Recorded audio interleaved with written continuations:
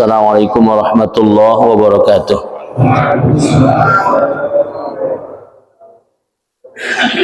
Alhamdulillahi hamdan muwafi'an li ni'amih mukafi'an li mazidih. Salatu wassalamu ala sayyidina Muhammadin wa alihi wa sahbihi wa junudih, amma ba'd.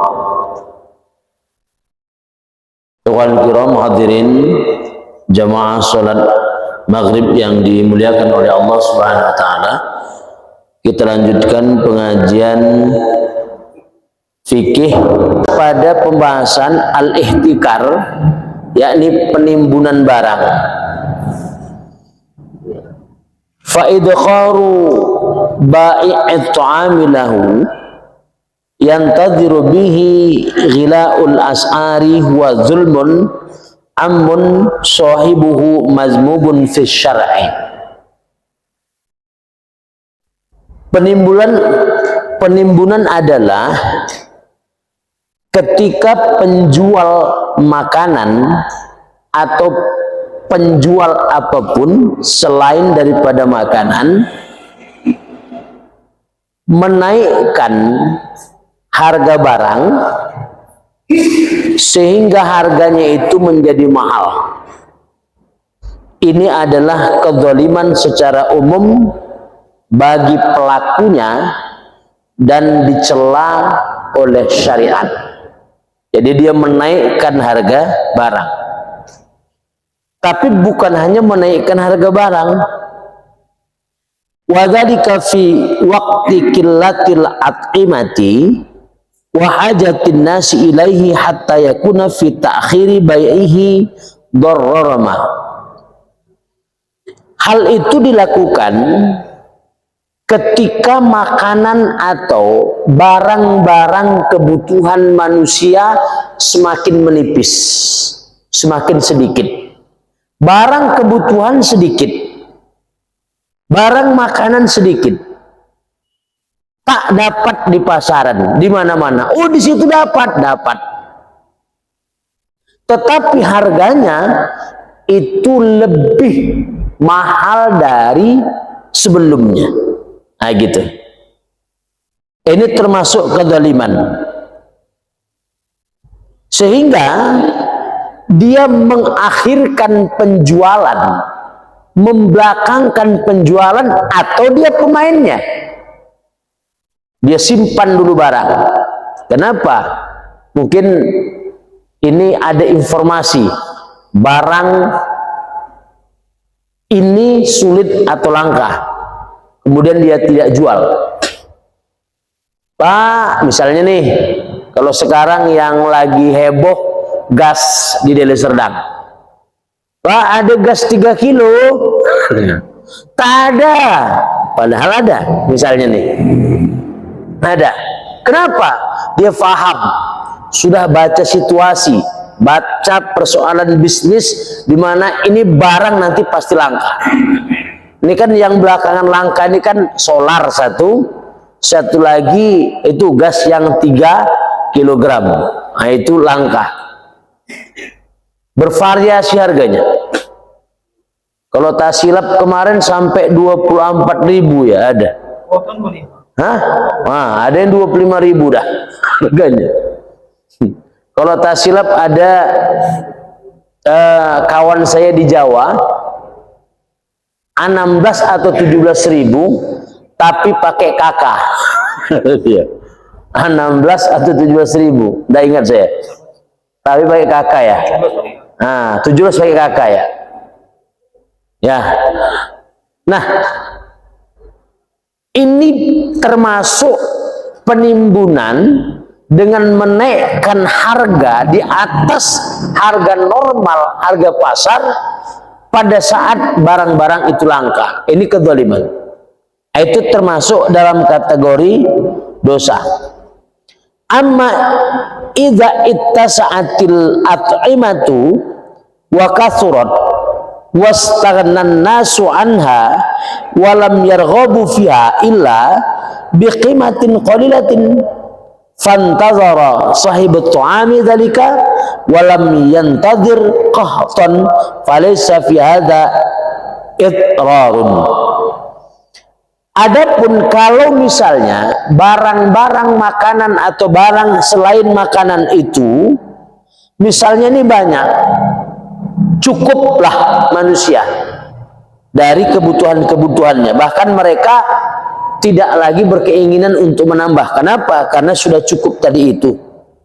Dan harganya pun bervariasi. Ya, ada yang murah, ada yang tinggi misalnya. Sedangkan pemilik makanan atau pemilik barang menjualnya variasi, tapi barang banyak, begitu. Nah, ini tidak merugikan, ini tidak mendororkan, ini tidak merusak. Ini tidak merusak. Contoh nih ya, ini kan kemarin kalau kita buka televisi, itu kan tak bisa lagi kalau pakai manual, harus pakai apa? Set top box ya. Apa set up box? Ya? Nah itulah, pokoknya pakai kotak itulah. Itu harganya bervariasi tuh, bervariasi. Ada yang kemarin harganya 150.000, ada yang 250.000. Nah saya yang 250.000. Katanya bagus katanya.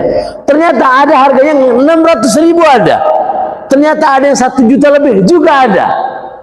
Wow, bervariasi itu. Fungsinya sama. Cuman mungkin kuat lemahnya saja mungkin. Ini tidak ada masalah. Kalau bervariasinya tinggi mahal harganya, barang banyak. Kita tinggal milih harga mana yang kita bisa, kualitas mana yang kemudian bisa kita ambil sesuai dengan keuangan kita. Kalau banyak, kalau sedikit. Kalau misalnya kuat, ya mahal. Ya kurang kuat, ya begitulah misalnya. Itu tidak jadi masalah. Artinya, murah atau mahalnya harga itu bervariasi, orang bisa milih. Walaupun itu juga memang sekarang kan kebutuhan. Dalam tanda kutip, manual tak bisa lagi. TV ngangkrak bahasa. Kalau tak pakai set top box itu tadi. Nah, sedangkan yang disebut dengan ihtikar tadi, 2 ciri khasnya. Pertama, harga dinaikkan, barangnya tidak ada, langka di pasaran. Itu dia. Beras misalnya, langka, tak ada beras, di sana tak ada. Yang murah, biasanya harganya katakanlah 10.000, naik jadi 13 atau 14.000. Kenapa? Barang langka. Jadi orang yang mengambil keuntungan dari barang yang langka itu adalah perbuatan yang haram. Perbuatan dia yang haram, jual belinya sah. Memang kita butuh. Mau berapa misalnya? Gas seandainya 35.000 pun itu kita kejar. Kenapa? Masak pakai apa? Paling baliklah ke zaman dulu, pakai kayu atau kompor minyak tanah misalnya. Kenapa? Butuh kan? Seandainya harganya, solar sama demikian. Seandainya melambung tinggi pun harganya, dikejar orang. Kenapa? Mobilnya pakai solar. Ini kebutuhan. Begitu kemudian barang-barang langka, orang mengambil keuntungan dari barang langka dengan menaikkan harga pasar itu, ini hukum perbuatan dia haram. Jual belinya sah. Kalau kemarin kita bahas berkaitan dengan jual beli itu kan rukunnya ada 4. Ada penjual, ada pembeli, ada barang yang diperjualbelikan, ada ijab qabul, ada serah terima. Penyerahan terkait dengan barang yang diserahkan, penerimaan terkait dengan pembayaran. Nah, itu namanya ijab qabul, yang berbeda dengan pernikahan. Kenapa disebut pernikahan?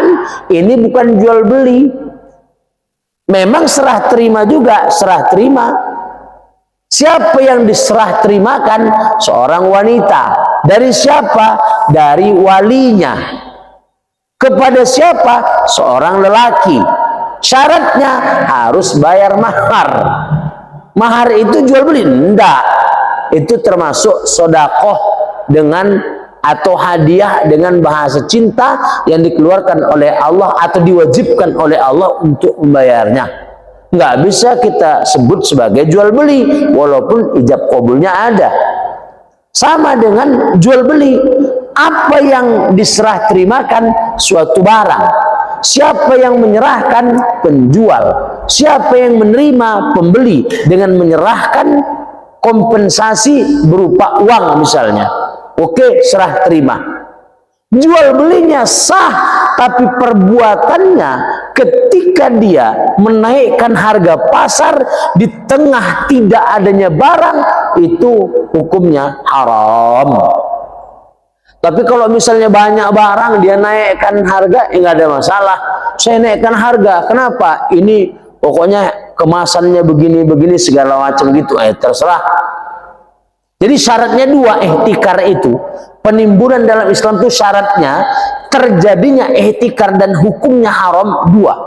Pertama, bahwa barang yang diperjualbelikan langka, sulit dicari di pasaran. Atau bahkan ada yang menambahkan, barang itu adalah barang yang dibutuhkan. Memang kan barang yang dibutuhkan. Nah, kemudian yang kedua, apa tadi? Harganya di atas harga pasar. Itu yang disebut dengan ihtikar dan hukumnya adalah haram. Nah, sementara kan kenapa terjadi akad batil dalam jual beli? Karena yang diperjualbelikan adalah barang haram. Contoh narkoba, itu barang haram, jual belinya tidak sah, tidak sah. Sedangkan pada ihtikar, penimbunan barang itu jual belinya sah. Kenapa? Karena barang yang diperjualbelikan adalah benda yang halal. Halal bendanya itu yang diperjualbelikan. Sehingga ini jual belinya sah, tapi perbuatannya melakukan itu adalah haram. Dan juga tidak fasad. Kalau fasad itu ada akad. Misalnya akad bersyarat, contoh dalam pernikahan, akadnya fasad. Fasad itu sebenarnya hampir mirip dengan batil, tidak sah dalam akad ijab qabul atau serah terima. Contoh, aku nikahkan anak kandungku fulanah kepadamu dengan syarat lembumu yang 2 ekor itu adalah untukku. Nah, itu nggak boleh. Akadnya batil, bukan batil. Di sini akadnya fasad. Kalau batil tadi bendanya. Bendanya apa? Haram.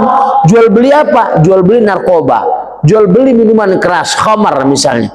Itu akadnya batil. Kenapa?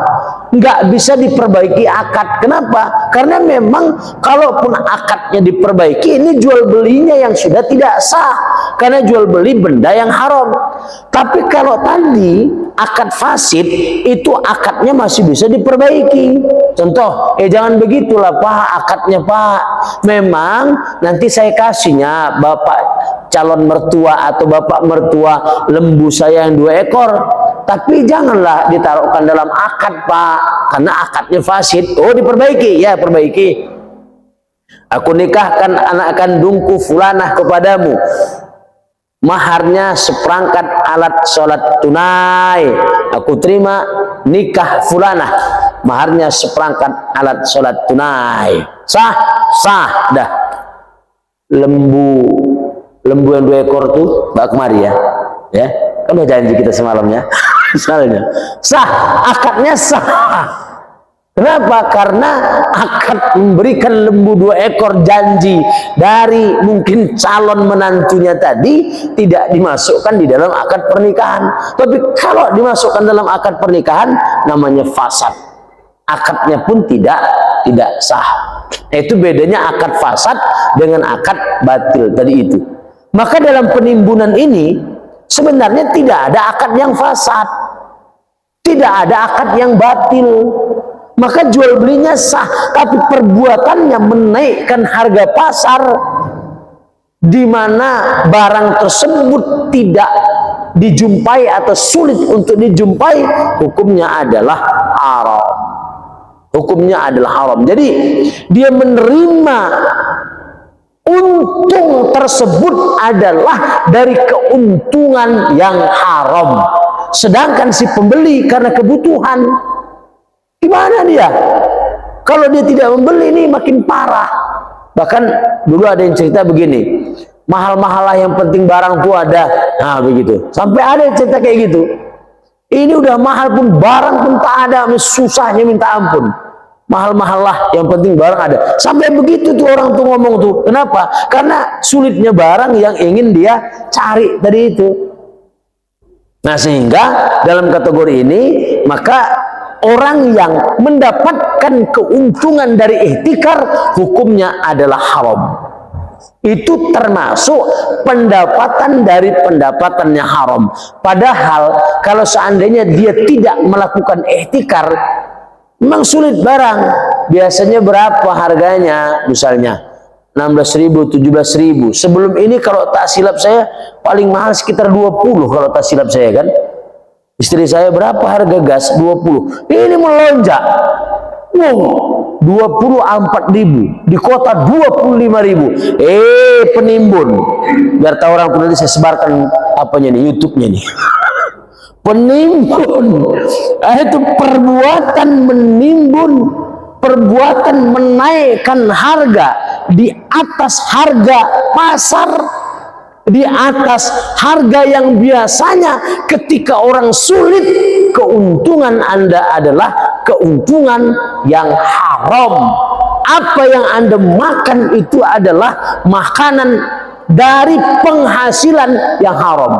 Jadi jangan selama ini kita mengatakan pencuri itu haram, begal itu haram, melacur itu haram. Iya itu haram. Tapi mendapatkan keuntungan dengan jalan menaikkan harga di atas harga pasar, di mana orang kesulitan untuk mencarinya, dia mencari keuntungan di balik kesulitan orang lain, itu juga adalah haram. Itu kan kalau pelakunya orang Islam. Tunggu dulu, pakai ini biar dengar suaranya. Jadi kalau haram halal itu kan orang Islam yang kenal. Kalau pelakunya ini bukan orang Islam, mana peduli dia sama haram itu. Nah, ini kan di dalam negara demokrasi nggak ada hukum yang menghukumi itu. Kalau dalam Islam bagaimana itu? Jadi sebenarnya di dalam agama lain pun adanya itu dilarang. Tapi agamanya itu, setiap agama itu kan menyebutkan dirinya kasih sayang. Nggak ada, selain Islam nggak ada. Nggak, maksudnya agama lain, agama apapun mengklaim agamanya itu ada kasih sayangnya, mengklaim. Masalah itu penimbunan barang itu tidak ada di agama lain tuh, cerita cuma di Islam aja tuh. Di dalam Injil nggak ada, di dalam Quran juga nggak ada. Memang kan ini begini, ini kan merugikan, ini kan mendolimi, ini kan menyusahkan. Dalam Islam diatur secara spesifik bahwa ihtikar, melakukan penimbunan barang dengan menaikkan harga sementara orang lain kesulitan untuk mencari barang itu, judulnya dalam fikih Islam itu ada, namanya ihtikar gitu.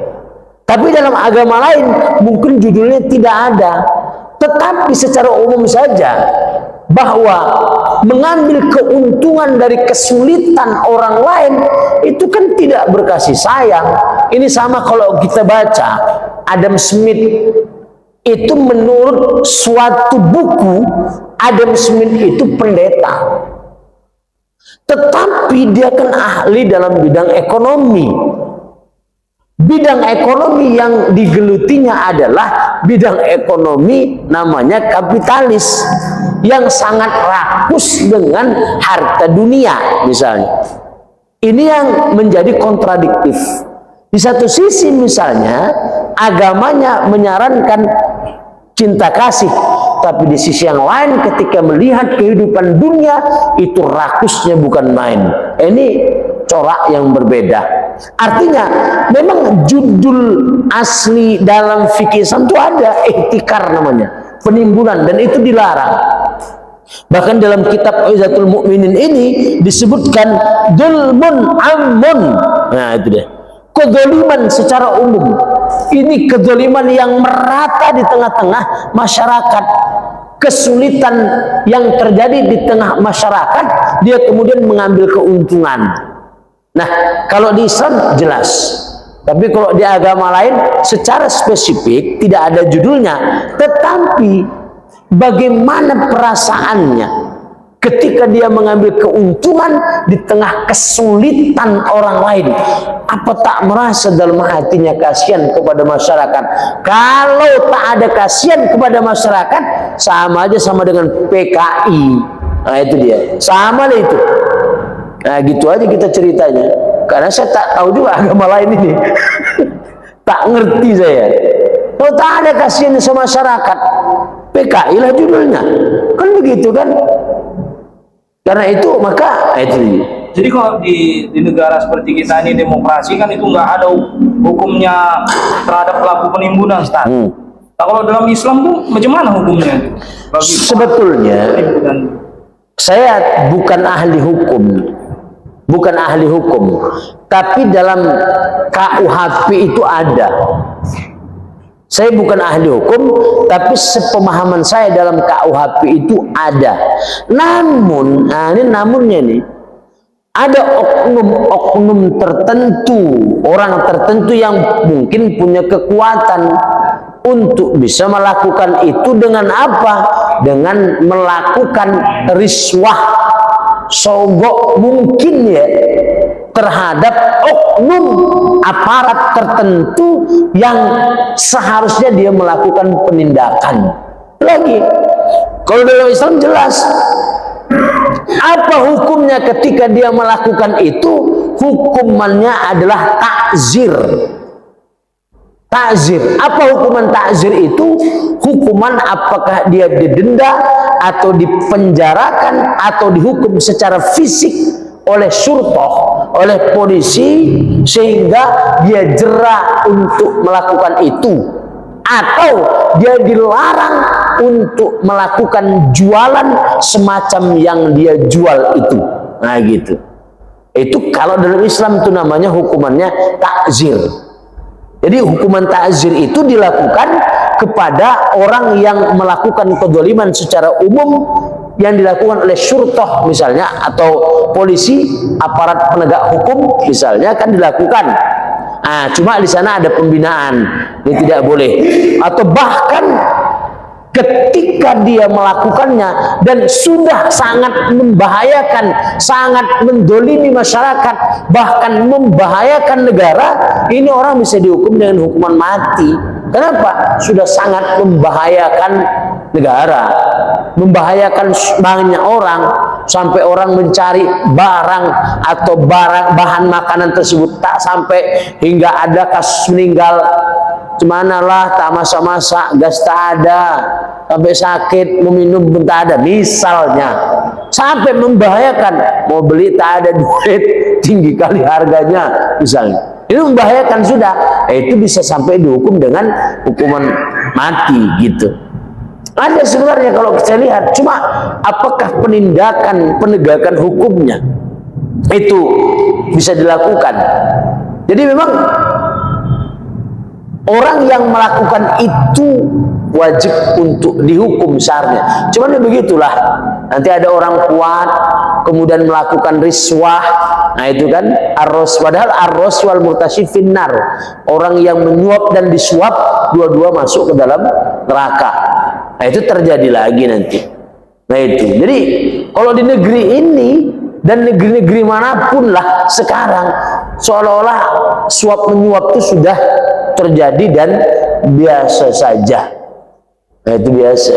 Tak lagi orang takut dengan halal haram, itu tak lagi. Yang penting dapat dunianya, tak difikirkannya akhiratnya sudah. Nah itu.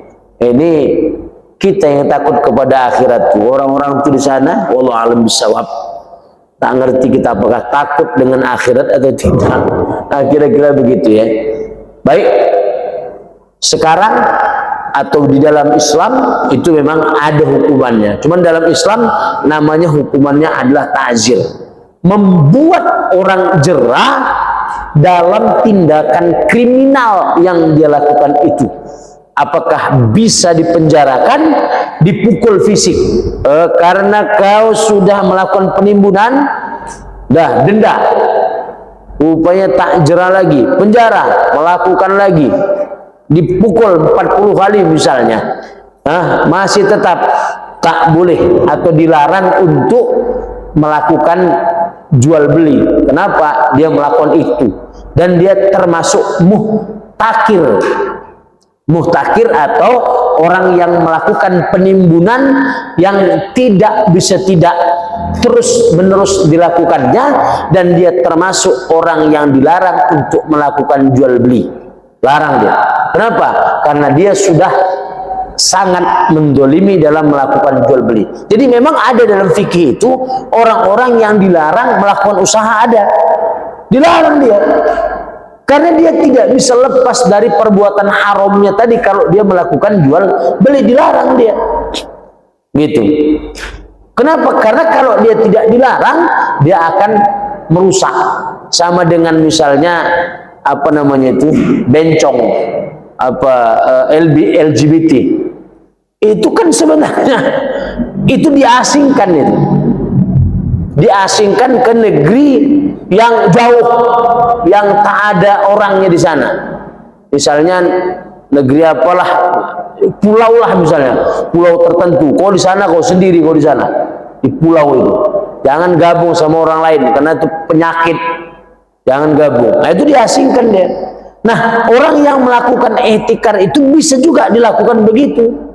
Dia tidak dibolehkan untuk melakukan jual beli, tapi diasingkan di satu tempat, diajari dia bagaimana bercocok tanam. Udah, sama kau bercocok tanam yang pas, jangan kau berdagang lagi. Kenapa? Kalau kau berdagang lagi, yang kau lakukan hanya merusak aja. Kau lakukan penimbunan barang, kau tipu orang lain dengan harga dan lain sebagainya. Berarti kau tak bisa melakukan perdagangan. Sudah diasingkan di satu tempat dia, kemudian disuruh untuk bertani saja. Dalam Islam itu begitu. Itulah yang disebut dengan hukum-hukum takzir. Untuk apa? Melindungi masyarakat tadi itu. Nah dalam jual beli ini kan kita bukan hanya mengambil keuntungan, walaupun memang nilai yang mau kita raih dalam jual beli itu adalah keuntungan, tetapi kan berkah kan penting bagi kita. Keuntungan yang berkah itulah yang ingin kita cari di dalam menjalani kehidupan ini, apakah berbisnis atau bekerja. Rezeki yang mana? Rezeki yang halalan thayyibah, rezeki yang berkah, bukan rezeki yang haram. Itulah yang selalu kita doakan. Allahumma rzuqna rizqan halalan thayyiban mubarakan jamila, mubarakan wasi'ah. Rezeki yang berkah, halal dan banyak. Ya kalau bisa banyak gitu kan, bukan rezeki yang haram. Oleh karena itu maka ya kita juga dalam berjual beli ya harus jujur, harus ya tidak melakukan ihtikar tadi itu, supaya apa? Rezeki yang berkah yang kita harapkan bukan hanya semata rezeki, tapi ternyata rezeki itu kita dapatkan dari jalan yang haram. Mungkin demikian. Wallahu a'lam bishawab. Berapa menit lagi kita? 14 menit lagi. 14 menit lagi. Kalau ada yang mau ditanyakan, falyatafaddal masykur. Silakan. Kasihkan ini. Kalau ada. Oh, Pak, ada yang ingin bertanya? Kalau enggak, saya mau tanya lagi, Ustaz. Itu tadi kan masalah penimbunan. Sementara di negeri kita juga ada fenomena monopoli dan kartel, Ustaz. Iya. Dia kalau mau naikkan harga, dia kumpul di hotel, Ustaz. Kita naik sekian per kilo gitu. Jadi seolah-olah dia bersaing, nggak taunya itu satu geng gitu, Ustaz. Satu mafia dia. Nah, mengenai monopoli dan mafia ini bagaimana hukumnya dalam Islam?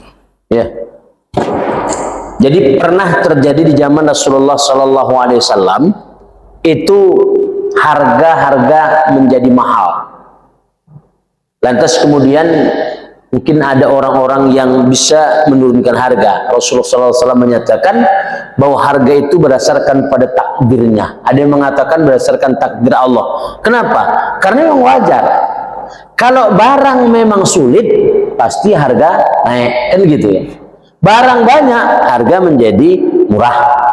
Itu di dalam penawaran dari sisi ekonomi kan begitu tuh. Cuman bagi negara tidak boleh melakukan pematokan harga, tidak boleh. Bagaimana kalau orang kuatnya bersatu matokkan harga misalnya, tetap ini adalah simbol dari kekuasaan. Sebenarnya tidak boleh juga mematokkan harga dengan kekuatan yang besar. pastinya negara harus menindak siapapun yang melakukan pematokan terhadap harga tertentu. Kenapa? Karena harga-harga itu berdasarkan pada penawarannya. Kalau misalnya penawarannya itu banyak, cukup tinggi penawarannya misalnya, maka harga-harga akan menjadi murah gitu. Kalau penawarannya misalnya sedikit, harga menjadi mahal. Karena itu maka kalau ada yang kemudian mematokkan harga, monopoli barang tadi itu, negara harus bertindak. Kenapa? Karena memang keduanya, baik monopoli maupun pematokan terhadap harga itu, hukumnya haram di dalam Islam. Nah, itu yang saya pahami di dalam kitab fikih. Nah, demikian Pak. Demikian. Wallahu a'lam. Masuk Pak. Ya. Dari tadi kan masalah timbun barang dan naik harga. Jadi gimana sebaliknya? Kalau sama-sama dia berdagang, jualan, dia penting harga, promo segala macam, ada hukumnya. Nah, bahkan dia lah kan kalau dari kawan-kawannya. Iya. Kawan 20.000 dia bisa 8.000 promo lagi, itu bagaimana hukumnya? Iya. Nah, kalau persoalan promo, ini promo ya. Saya katakan ingin menjatuhkan lawan, tujuannya itu salah, tujuannya itu tidak dibenarkan. Kenapa? Karena ingin menumpurkan kawan. Ya kalau bisa dia dibuat apalah, buat apa ya istilahnya ya, semacam trik-trik tertentu untuk bisa menaikkan harga. Contoh misalnya, saya buat sekolah, sebenarnya dibandingkan dengan sekolah lain cukup mahal juga kan, begitu kan. Tapi apa yang ingin diambil orang dari situ? Ternyata kita buat logonya apa? Membumikan kitab kuning. Jadi orang mau belajar kitab kuning, kemari gitu. Sama dengan tadi itu. Kalau mereknya sama, kemudian sebenarnya tujuan untuk jual beli ini kan mencari keuntungan sebenarnya ini. Tetapi dia nggak cari keuntungan, dengan maksud untuk menjatuhkan lawan, dia jual murah. Kenapa? Karena modalnya banyak. Itu kan saat ini di Indonesia ini orang itu kan. Yeah. Kita kalau kita bersama orang itu sama-sama orang kita perbumi, dari 10.000. Ada buat sama-sama orang Chinese orang apa sama itu kan, sama harganya itu dari situ kan itu. Nah itu lah trik mereka kan gitu kan. Untuk harga, sepuluh lagi. Kadang itu yang kita itu. Saya sama-sama tidak pelamaan kan, tapi kadang-kadang dikira 1.000 apa sama kawan sendiri, tapi adalah bisa serbuan kali berapa gitu. Contoh kita beli misalnya kan kalau banyak, jadi nggak usah kita kawannya kan, kawannya di grosir, nah itu kan diberikan sama tangga, kalau dia mau jual lagi, jadi kita kalahnya itu. Iya, seperti yang tadi disebutkan tadi Pak Iwan tadi, perusahaan kartel. Kayaknya kan. Bang Amin itu kan bisnis pribadi. Kalau bisnis pribadi ini kan maksudnya ya memang bisa pilih di mana saja. Kalau memang di tempat Cina murah, saya juga pilih tempat Cina kan, daripada tempat orang kita kan. Yang jadi masalah ini kan monopoli sama kartel ini. Mereka itu memonopoli barang itu dan bisa menaikkan harga sesukanya dan juga bersatu untuk menentukan harga pasar. Artinya harga ini kan berpengaruh kepada masyarakat seluruhnya. Kalau kasus Bang Amin tadi kan itu memang bebas, kita mau beli di mana saja kan gitu. Tapi yang kasus ini juga hampir mirip dengan ini sebenarnya. Artinya apa? Dia kasih mungkin ada harga ya. Contoh misalnya, kita beli barang sekian dengan jumlah sekian.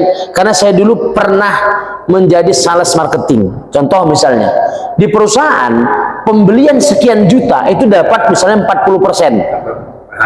Ya 40% saya bisa lempar itu 30%. Sedangkan yang beli sekian tidak dapat.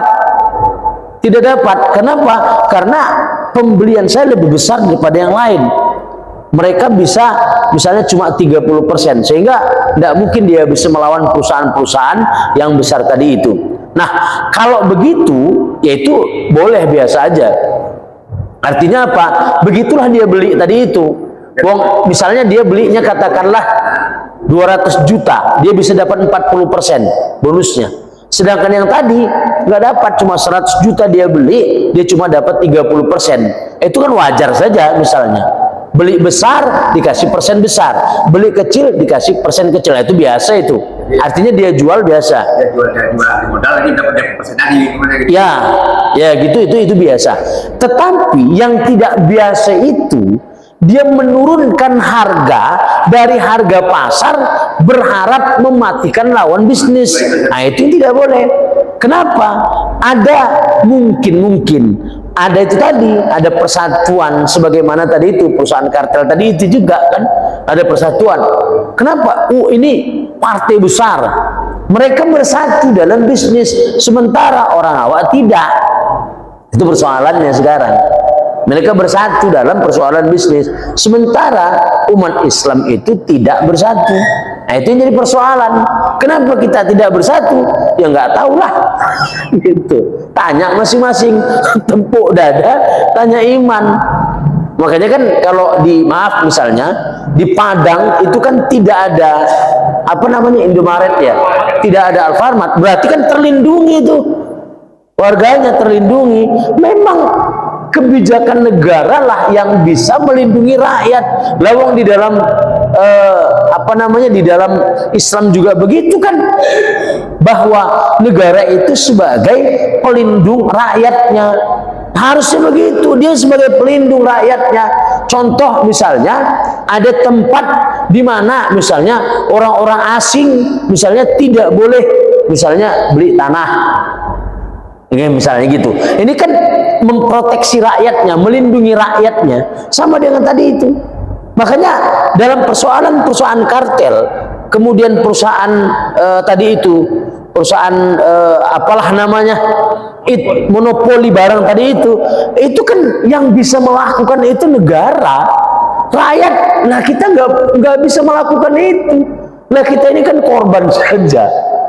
Negara lah yang harus memproteksi, menjaga rakyatnya. Jadi negara itu ada sebenarnya tujuannya bukan untuk mendapat keuntungan dari rakyatnya, bukan rakyatnya dihisap, bukan, tapi negara lah yang memang memberikan jaminan keselamatan, keberlangsungan hidup, ekonomi yang baik terhadap rakyatnya.